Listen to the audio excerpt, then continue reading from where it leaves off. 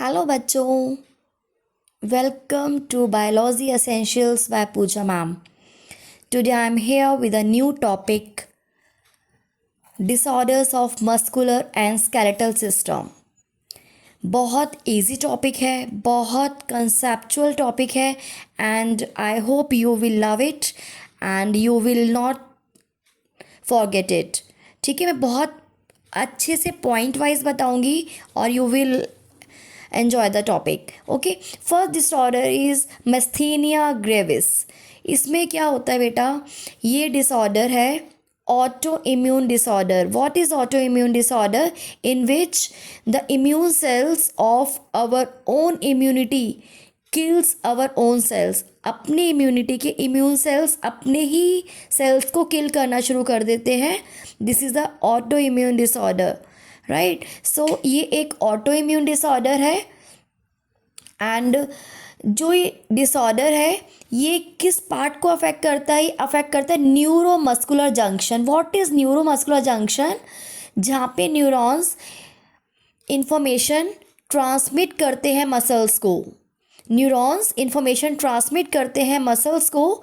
उन दोनों के बीच का एक जंक्शन होता है जिसको बोलते हैं neuromuscular junction. In this disorder neuromuscular junction is affected which leads to weakening and paralysis of skeletal muscle. बेटा देखो, अगर न्यूरॉन मैसेज ही नहीं देंगे मसल्स को तो हमारी मसल्स वर्क नहीं करेंगी, मसल्स एक्ट नहीं करेंगी. सो neuromuscular junction is affected which leads to the weakening and paralysis of skeletal muscle.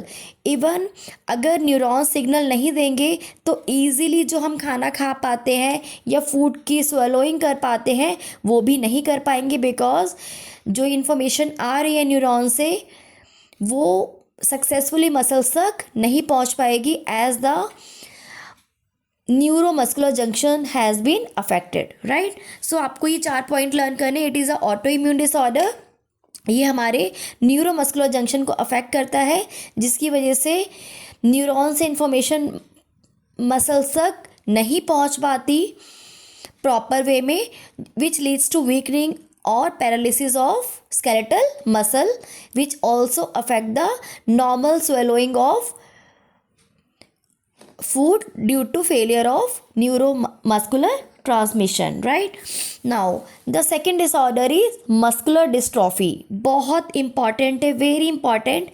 ये एक जेनेटिक डिसऑर्डर है. आप इसको क्लास 12 में पढ़ोगे, मायोटॉनिक डिस्ट्रॉफी. और ये इसमें क्या होता है बेटा, धीरे धीरे जो मसल्स हैं वो डीजनरेट होनी शुरू हो जाती हैं.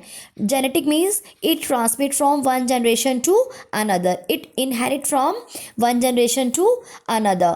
Right, so muscular dystrophy is a genetic disorder in which progressive means धीरे धीरे स्केलेटल मसल्स डीजनरेट होना शुरू हो जाती हैं और एक टाइम पे इतनी वीक हो जाती हैं मसल्स कि हम कोई चीज़ भी अपने हाथ से नहीं उठा पाते and finally it leads to the death of the person.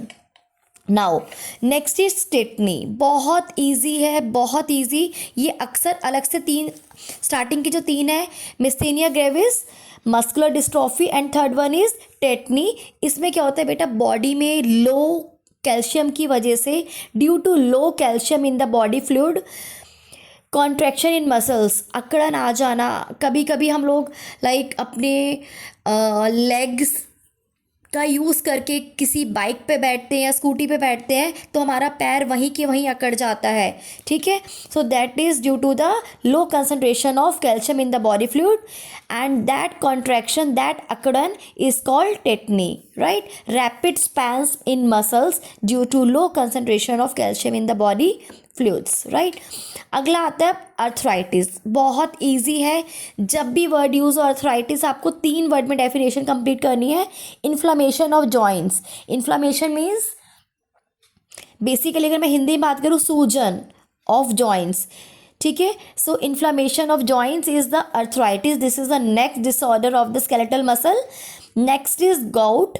Gout में भी क्या होता है बेटा, इसमें भी इन्फ्लामेशन होता है बट इसमें कोई रीज़न नहीं है as per the NCERT, and it is inflammation of joints due to deposition of uric acid. This is the only difference. It is only inflammation of joints, and it is the inflammation of joints due to the deposition of uric acid.